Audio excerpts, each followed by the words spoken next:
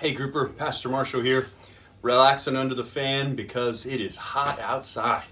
Well, I hope that you are excited to study the book of Hebrews. You may not be, but I am. I've said before, it is one of my favorite books in the New Testament, and I've been planning for this series for years, specifically doing Genesis and doing Exodus. Well, an icebreaker.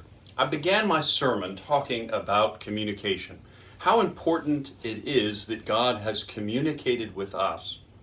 And so, talk to one another in your group and answer this question. How has God communicated with you in different ways? How have you heard from God in different ways in your life?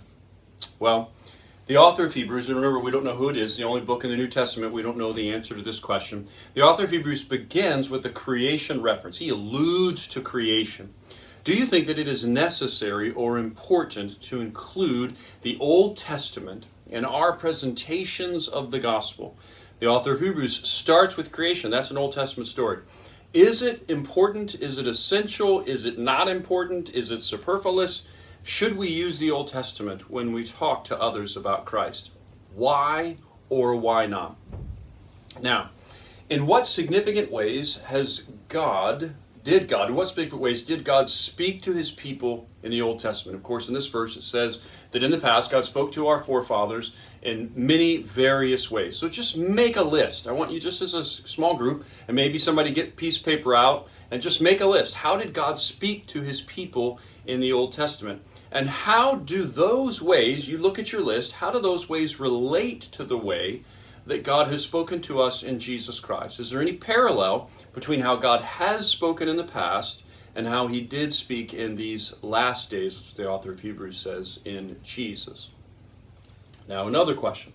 How does the fact that God speaks to us fuel our confidence in the Scriptures and serve to give us knowledge about God and his character? How does the fact that God speaks help us? Now, how does the doctrine of creation affect our doctrine of redemption? The author of Hebrews says in 1:2 that Jesus created all things, and then he says that he's redeemed all things. And so I want you to talk about how does belief in creation and belief in redemption, how do those two go together? And if you don't believe in creation, does it mess up redemption? I wonder if you would talk about that. Well, what is God's glory? The author of Hebrews says that Jesus is the radiance of God's glory. What is God's glory, and how can Jesus be the radiance of God's glory? How is that possible? And then finally, here's the sixth question. What did Jesus say in Luke 22:69? Go look it up, Luke 22:69. And how does that relate to Philippians 2:9? Turn and look that up. And then how does that relate to Hebrews 1:3? Luke 22:69, Philippians 2:9, and Hebrews 1:3. How do those all fit together?